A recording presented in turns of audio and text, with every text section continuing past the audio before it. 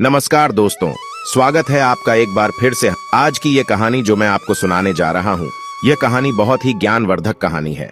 जो लोग इस कहानी को पूरे मन से और दिल से सुनते हैं, उसके घर में कभी भी कोई क्लेश उत्पन्न नहीं होगा। उसके घर में हमेशा सुख और शांति बनी रहेगी। उसके घर में माता लक्ष्मी का सदा आगमन रहेगा। तो सब्सक्राइब कर लीजिए हमारे इस चैनल को, ताकि नए आए वीडियो की नोटिफिकेशन सबसे पहले आप तक पहुंचेगी। आपने सुना होगा कि जिसके घर में रोज झगड़े होते हैं, रोज क्लेश होते हैं, उस घर में बरकत नहीं होती। उस घर में कभी माता लक्ष्मी का आगमन नहीं होता। और जिसके घर में सुख शांति होती है, उसके घर में सुख समृद्धि का आगमन होता है और माता लक्ष्मी का निवास उसके घर पर सदा बना रहता है। इस कहानी को सुनने के बाद हमें यह पता चल जाएगा कि हमें घर में लड़ाई झगड़ा क्यों नहीं करना चाहिए, और जिसके घर में लड़ाई झगड़े होते हैं वो उन लड़ाई झगड़ों को कैसे रोक सकता है। क्योंकि घर में सुख शांति का होना बहुत जरूरी है। क्योंकि जहां सुख शांति होती है वही माता लक्ष्मी निवास करती है। जहां क्लेश उत्पन्न होते हैं, लड़ाई झगड़े उत्पन्न होते हैं, वहां माता लक्ष्मी का वास नहीं होता। वहां दुख और दारिद्र्य का निवास होता है। हो सके तो इस कहानी को पूरा सुने। यह कहानी आपके जीवन में बहुत सीख देगी। यह बहुत ही ज्ञानवर्धक कहानी है, इसे जरूर सुने। एक मोर और मोरनी की कहानी। इससे पहले कि आप हमारी कहानी में खो जाए, चैनल को सब्सक्राइब करना ना भूले। चलिए कहानी शुरू करते हैं। एक जंगल में एक मोर और मोरनी रहते थे। मोर और मोरनी बहुत हंसी खुशी जंगल में रहते थे। एक दिन मोरनी मोर से कहती है, पिया जी, हमें यहाँ से चलना चाहिए। हमें वहां चलना चाहिए जहां हमारे समाज के लोग रहते हैं। काफी सारे मोर मोरनी रहते हैं, हमें वहां चलना चाहिए। मोर मोरनी से कहता है, प्रिय, अगर हम वहां चलेंगे तो रोज लड़ाई झगड़े होंगे। हम दोनों यहाँ जंगल में कितना सुकून से रहते हैं, वहां जाने की क्या जरूरत है। लेकिन मोरनी जिद करने लगती है तो मोर भी मान जाता है। मोरनी की जिद करने पर वो दोनों उड़कर एक नगर में आ जाते। उस नगर का राजा पशु पक्षियों की भाषा को अच्छी तरह से समझता था। उस राजा ने कराव शास्त्र की पढ़ाई की थी। कराव शास्त्र का मतलब यही होता है कि पशु पक्षियों की भाषा को समझ पाना। वह राजा सभी प्रकार के पशु पक्षियों की आज को समझ पाता था। हर जीव जंतु की आवाज को वह बखूबी समझता था कि वह क्या कह रहा है। दोनों मोर और मोरनी उसी नगर में आ जाते हैं। एक दिन की बात है, राजा अपनी रानी से कहता है कि हे रानी, मुझे बहुत तगड़ी भूख लगी है, आप मुझे भोजन खिला दीजिए। राजा की रानी 36 प्रकार के भोजन बना करके एक हाथ में पानी का लोटा और दूसरे हाथ में खाने की थाली लेकर राजा के पास पहुंचती है। रानी जैसे ही भोजन का थाली राजा के सामने रखती है तो एक चावल का टुकड़ा नीचे गिर जाता है। वहीं पर कुछ चींटियां घूम रही थीं। तभी एक चींटी चावल के टुकड़े लेकर वहां से जाने लगती है। राजा बैठा सब घटना को देख रहा था। उस चींटी के पास में तुरंत ही एक बड़ा चींटा आता है और वह चींटा उस चींटी से कहता है, हे प्रिय, यह चावल का टुकड़ा मुझे दे दीजिए और तुम वापस जाओ और उस राजा की थाली से दूसरा चावल का टुकड़ा लेकर आओ। उनकी बातों को राजा पूरी तरह से सुन रहा था, क्योंकि राजा हर जानवर, पशु और पंछी की भाषा को समझ सकता था। तो राजा वहीं बैठा रहा था जब चींटा चींटी से यह बात कह रहा है कि नहीं, मैं नहीं जाऊंगी। अगर यह बात राजा को पता चल जाएगी तो राजा मुझे मार देगा। फिर चींटा चींटी से कहता है कि तुम जाओ, राजा को नहीं पता चलेगा। चींटी फिर जाने की कोशिश तो करती है, लेकिन फिर आधे रास्ते से वापस चली आती है और चींटा से कहती है, नहीं, मैं नहीं जाऊंगी। हो सकता है राजा को पता चल जाए और राजा मुझे मार देगा। राजा उन दोनों को देख रहा था। चींटा को इस बात का भान हो जाता है कि राजा हमारी बात को समझ रहा है। चींटा फिर चींटी से कहता है, देखो, लगता है राजा हमारी बात को समझ रहा है। राजा ने हमारी बातों को सुन लिया है, इसीलिए वो हमें ही देख रहा है। चींटा चींटी से कहता है, अगर राजा ने हमारी बातों को सुन लिया है और राजा किसी और को बताया तो उसी समय पत्थर का बन जाएगा। राजा चींटा और चींटी की बात को बखूबी सुन लेता है और समझ लेता है। राजा इस बात को सुनकर हंसने लगता है। जैसे ही राजा को हंसी आने लगती है, राजा की रानी रसोई से बाहर आती है। वह जैसे ही रसोई से बाहर निकलती है, राजा उसे हंसते हुए दिखाई देता है। रानी राजा को हंसते हुए देखकर सोचने लगती हैं कि शायद मुझसे कोई गलती हुई है, इसीलिए राजा साहब हंस रहे हैं। रानी राजा के पास आती है और कहती है, हे महाराज, क्या मुझसे कोई पाप हुआ है? क्या मुझसे कोई गलती हुई है कि आप इतनी जोर से हंस रहे हैं? राजा रानी से कहता है, नहीं, ऐसी कोई बात नहीं है, मुझे बस यूं ही हंसी आ गई। रानी जिद करने लगती है और कहती है, आपको मुझे बताना पड़ेगा कि आप क्यों हंस रहे थे। राजा बार बार मना करता है, क्योंकि राजा को पता था कि चींटी ने कहा है कि अगर मैं चींटी वाली बात किसी को बताऊंगा तो मैं पत्थर का बन जाऊंगा। इसीलिए राजा रानी को यह बात नहीं बताना चाहता था, लेकिन रानी बार बार जिद करती है और कहती है, आपको मुझे बताना ही पड़ेगा कि आप क्यों हंस रहे थे। अगर आप मुझसे सच्चा प्रेम करते हैं, अगर आप मुझे अपना समझते हैं, तो आपको यह बताना पड़ेगा कि आप क्यों हंस रहे थे। राजा अब धर्म संकट में पड़ गया है। राजा सोचता है, अगर मैं ये बात रानी को बताऊंगा तो मैं पत्थर का बन जाऊंगा, और फिर सोचता है, अगर मैं नहीं बताऊंगा तो रानी का विश्वास खत्म हो जाएगा। रानी बहुत जिद करने लगती है। कहते हैं ना कि प्रिया हठ और बाल हठ बहुत तगड़ी होती है। इन दोनों हठ से हमेशा बच कर के रहना चाहिए। रानी के प्रिया हठ के सामने राजा को झुकना पड़ता है, और राजा रानी से कहता है, ठीक है, अगर मैं आपको बताऊंगा तो बाद में आपको पछताना पड़ेगा।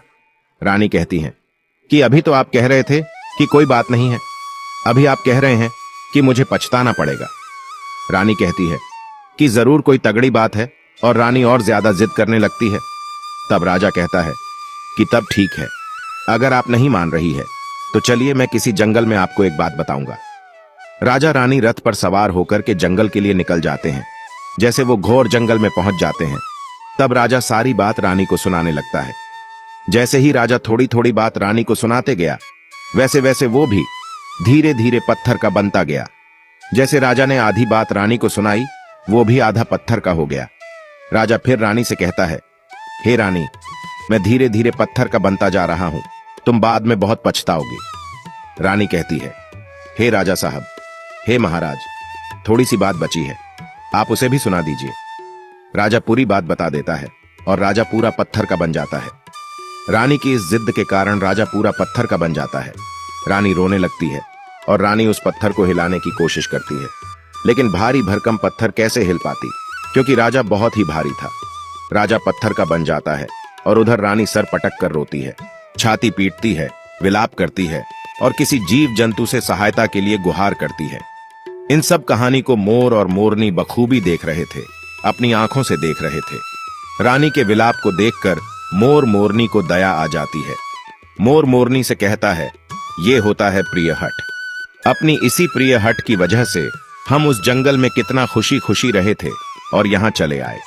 मोरनी मोर से कहती हैं कि प्रिय, ये रानी बहुत दुखी हो रही है, हमें इसकी सहायता जरूर करनी चाहिए। यह इतना विलाप कर रही है, इसकी ज्यादा तो सहायता हम नहीं कर सकते, लेकिन कम से कम इसको धीरज तो दे ही सकते हैं, यानी उसको विश्वास तो हम दिला ही सकते हैं। यही सोचकर मोर और मोरनी उस रानी के पास जाते हैं, और जाकर के रानी से कहते हैं कि रानी साहिबा, जो गलत हुआ, लेकिन आप जरा धीरज रखिए, अपने आप को थोड़ा संभालिए, आपके पीछे पूरा राज्य है। राजा तो पत्थर का हो चुका है, अब आपको आपके राज्य का कारोबार आपको ही संभालना है।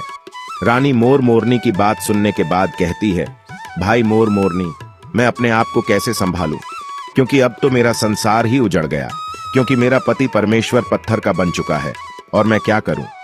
रानी की यह बात सुनते ही उधर मोरनी के मुख से यह निकल जाता है, राजा पत्थर के कैसे हो गए? राजा तो इंसान थे, अच्छे भले थे, लेकिन ये पत्थर के कैसे हो गए? रानी वही बात बताने लगती है जो राजा ने चींटी वाली बात रानी को बताई थी। रानी वही बात मोर और मोरनी को बताने लगती है, और रानी भी धीरे धीरे करके पत्थर की बन जाती है। और जब रानी पत्थर की हो जाती है, और राजा तो पत्थर का हो ही चुका था, जब दोनों पत्थर के हो जाते हैं, उधर मोर मोरनी को चिंता सताने लगती है। उधर मोर और मोरनी बहुत दुखी हो जाते हैं। मोर मोरनी को यह चिंता सताने लगती है कि यह विपत्ति हमारे ऊपर भी आ सकती है, क्योंकि राजा भी उसी चींटी वाली बात से पत्थर का हो चुका है, और रानी भी उसी चींटी वाली बात से पत्थर की हो चुकी है। मोर मोरनी से कहता है, हम पर भी खतरा मंडरा रहा है, क्योंकि तुम स्त्रियों से कोई भी बात छिपती नहीं है। मोरनी मोर से कहती है, पिया जी, यहां से हम दूर चले क्या? मोर मोरनी से कहता है, हे बेवकूफ, दूर जाने से क्या फायदा है? यह संकट तो धरती के किसी भी कोने में हमारा पीछा नहीं छोड़ेगा। यह खतरा तो हमेशा हमारे ऊपर मंडराते रहेगा। अगर जाने अनजाने में यह हमारी मुख से निकल गई तो हम भी पत्थर का बन जाएंगे। इसी बात को लेकर मां र और मोरनी बहुत दुखी हो जाते हैं, बहुत चिंतित हो जाते हैं। रात दिन उनको यह दुख खाया जाता है। यह सोचकर वे ना भोजन करते हैं और ना चैन से सोते। बस रात दिन उनको यही दुख सताती है, यही टेंशन रहती है कि ये बात उनके मुख से निकल ना जाए। यदि हमारे मुख से ये बात भूल कर भी निकल गई तो दोनों पति पत्नी पत्थर के बन जाएंगे। यही सोचकर मोर ने दिमाग लगाया कि यदि मैं सारी चींटियों को खत्म कर दूं तो यह सब खत्म हो सकता है, क्योंकि यह करा धरा तो चींटियों का है। मोर मोरनी से कहता है, प्रिय, अगर हम सृष्टि से सारी चींटियों को खत्म कर दें तो चींटियों का संकट समाप्त हो जाएगा। और मोर मोरनी इस बात से राजी हो जाते हैं और सभी चींटियों को मारकर खाना शुरू कर देते हैं। मोर और मोरनी का इतना आतंक हो गया था कि सभी चींटियां डर के मारे और बिल खोद करके धरती के अंदर जाकर छिप गईं।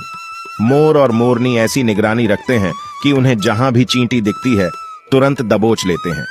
कोई भी चींटी मोर और मोरनी के इस आतंक के वजह से बाहर ही नहीं आती थी। सभी चींटियों ने जमीन के अंदर अपना बिल बना दिया और जमीन के अंदर ही जाकर बैठ जाती। काफी समय बीतने के बाद चींटियों को भूख सताने लगी, क्योंकि भोजन तो बिल में मिलता नहीं, भोजन तो बाहर मिलता है। जैसे ही भोजन लेने के लिए चींटी बाहर आती, मोर उसे दबोच लेता है और उसे जान से मार देता। एक चींटी और एक चींटा बिल के अंदर भोजन के लिए तड़पते हुए श्री हरि विष्णु का जोरदार भजन करने लगे। भक्ति करते करते उन्हें यह भी मालूम नहीं था कि वह कहाँ है कहाँ नहीं है। वे घोर तपस्या में लीन हो गए। अंत में जाकर श्री हरि विष्णु उन्हें दर्शन देते हैं और भगवान विष्णु कहते हैं, चींटी, चिंटा, जो तुम्हें मांगना है मांग सकते हो, हम तुम्हारी भक्ति से प्रसन्न हैं। क्योंकि चिंटा और चींटी ने निरंतर भक्ति की थी, ना ही कोई जल ग्रहण किया ना ही अन्न। इसलिए भगवान विष्णु बहुत जल्दी प्रसन्न हो गए और आकर कहने लगे, जो तुम्हें मांगना है मांग सकते हो, हम तुम्हारी भक्ति से बहुत प्रसन्न हैं। उधर चिंटा और चींटी ना जाने कितने दिनों से भूखे और प्यासे थे। दोनों एक ही बात कहते हैं, हे प्रभु, अगर आप हमें वर देना चाहते हैं तो हमारे पेट में गांठ लगा दीजिए।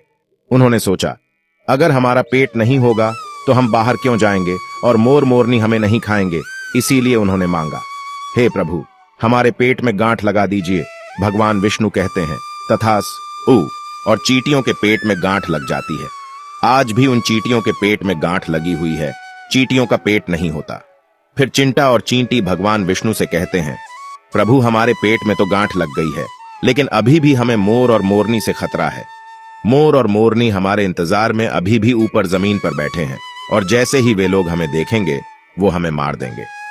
भगवान विष्णु मोर से कहते हैं, हे मोर, तुम चींटियों का शिकार करना बंद कर दो। इसमें चींटियों का कोई दोष नहीं है।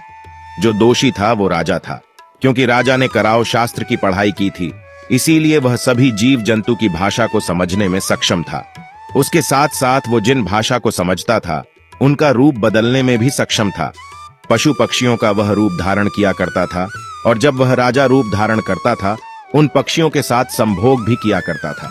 और जब वह पशु पक्षी गर्भ धारण करते थे तो वह उन्हें छोड़ करके इंसान बन जाता था और फिर ऐसी पशु पक्षियों पर वह जोर से हंसता था। इसकी ऐसी मूर्खता के कारण ही आज यह राजा पत्थर का बना पड़ा है। मोर कहता है, हे प्रभु, उनकी पत्नी का, उनकी रानी का क्या दोष है? श्री हरि विष्णु कहते हैं कि उनकी पत्नी भी उनके इस पाप में भागीदारी है, क्योंकि उनकी पत्नी अगर उनको रोकती तो वह इतना बड़ा पाप नहीं करता। इसीलिए उनकी रानी भी इस पाप की भागीदारी है, इसलिए आज वो भी पत्थर की बन चुकी है। श्री हरि के समझाने के बाद मोर उनसे कहता है, हे प्रभु, पर इस बात को हम किसी और से कहेंगे जो कि रानी ने हमें सुनाई है, तो क्या हम पत्थर के बन जाएंगे? श्री हरि विष्णु कहते हैं कि तुम्हारा यह श्राप अब समाप्त हो चुका है। तुम्हें किसी से कहने पर कोई फर्क नहीं पड़ेगा। आप किसी से भी कह सकते हैं, तुम्हारे ऊपर से खतरा टल चुका है। मोर और मोरनी बड़े प्रसन्न हो जाते हैं। उनकी खुशी का कोई ठिकाना नहीं था। श्री हरि विष्णु अंतर्ध्यान हो जाते हैं और चले जाते हैं और इधर मोर मोरनी का खुशी का कोई ठिकाना नहीं था। अगर किसी जानवर को, किसी पशु को खुशी होती है तो वह झूमने लगता है, नाचने लगता है। यही बात मोर के साथ हुआ।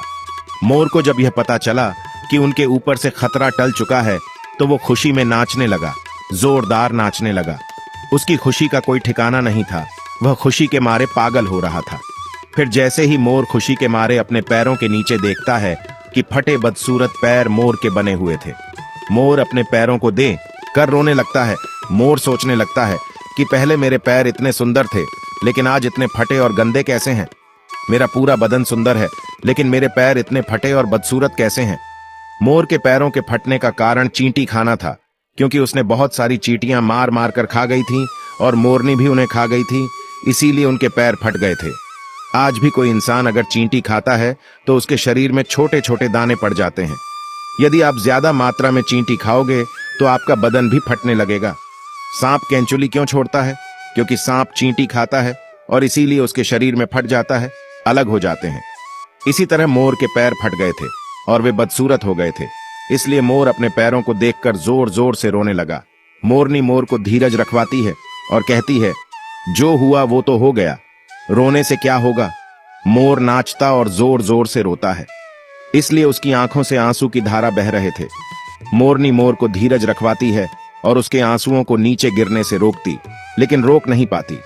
मोरनी के हाथ तो है नहीं, लेकिन अपनी चोंच से एक एक आंसू को उठाती और अपने मुख में रखने की कोशिश करती, लेकिन कितना अपने मुख में रखती, सीधे मोरनी के पेट में चले जाते।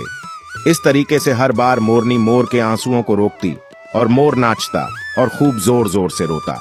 मोर के आंसुओं को देखकर और मोरनी के प्यार को देखकर भगवान श्री हरि फिर से दर्शन देते हैं और मोरनी को आशीर्वाद देते हैं और कहते हैं कि तुम्हारा प्रेम ऐसे ही सदा बने रहे। इस आशीर्वाद के वजह से, अब इसे आशीर्वाद समझिए या श्राप, इसकी वजह से मोर कभी संभोग नहीं कर पाता, क्योंकि मोर जब नाचता है तो उसकी आंखों से आंसू गिरते हैं और उन आंसुओं को मोरनी चुगती है और उसी आंसुओं के कारण मोरनी गर्भवती हो जाती है। भगवान श्री हरि मोर और मोरनी को आशीर्वाद देते हैं और कहते हैं कि तुम्हारी भक्ति धन्य है और तुम धन्य हो। एक समय ऐसा भी आएगा कि तुम्हारे पंख को मुकुट बनाकर धारण करेंगे। इसलिए कहते हैं, श्री कृष्ण के रूप में श्री हरि धरती पर आते हैं तो वह मोर का पंख अपने मुकुट में धारण करते हैं। इस कहानी में बस इतना ही, और हम आशा करते हैं कि इस कहानी से आपको बहुत कुछ सीखने को मिला होगा।